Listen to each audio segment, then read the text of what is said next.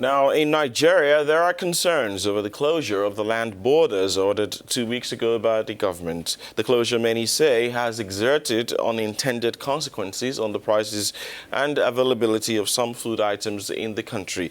The Nigerian Customs Service had explained that the exercise was part of measures to secure Nigeria's land and maritime borders against smugglers. Ruth? Officially, this closure of land and sea borders is intended to further secure Nigeria from the smuggling of goods.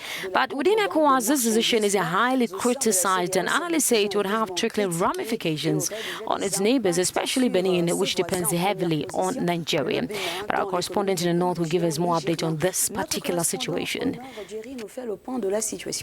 Indeed, and we have him now. Ibrahim Abdulaziz, good morning to you. How are you?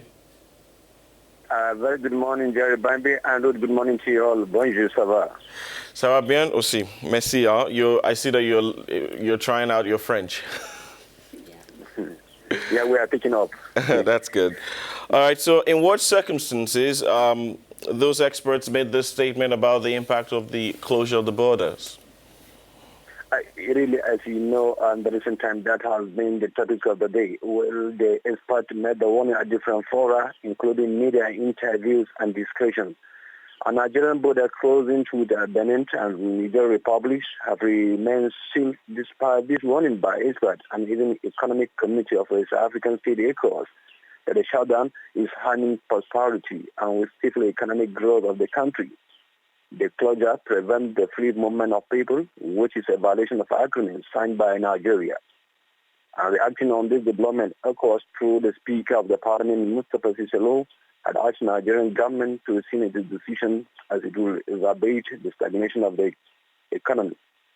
Because since taking office in 2015, President Muhammad Buhari has introduced policies aimed at boosting local agricultural production and losing its independence or dependence on crude oil, which provides some 90% of its foreign exchange.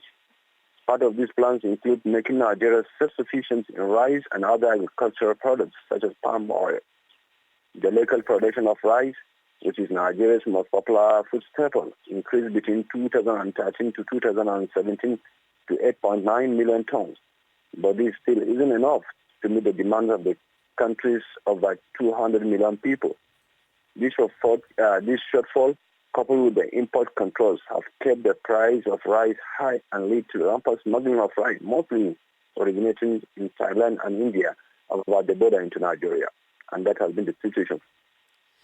So, Ibrahim, do you have any statuses on the troubling ramifications of the closure? The border remains closed, but smugglers are said to be finding alternative means of bringing their goods into the country, and this trend negatively affects revenue generation. And on its part, the government said that the border closure are yielding results, and it had impounded hundreds of bags of imported rice. Even the joint border security exercise, now codenamed Swift Response, was ordered by the government and was aimed at securing Nigeria's land and maritime borders. The exercise commenced on August 19th and was being jointly conducted by the Customs, Immigration, Police and Military personnel and coordinated by the Office of the National Security Advisor, NAC.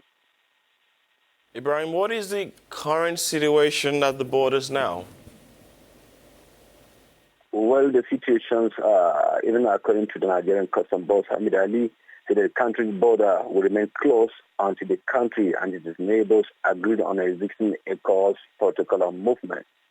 According to him, by closing the border, Nigeria was able to completely block the importation of contraband and also block the influxes of illicit goods, and most importantly, stop the exportation of petroleum products, which is the biggest problem. And according to him, through the measure, the importation of foreign rice has stopped and the market for local varieties has risen. All right, thank you very much, Ibrahim. We will get back to you again, to hear the latest on that situation and indeed other stories coming out from Nigeria. I'd like to thank you again for joining us on the program this morning. I thank you, Jerry Bambi.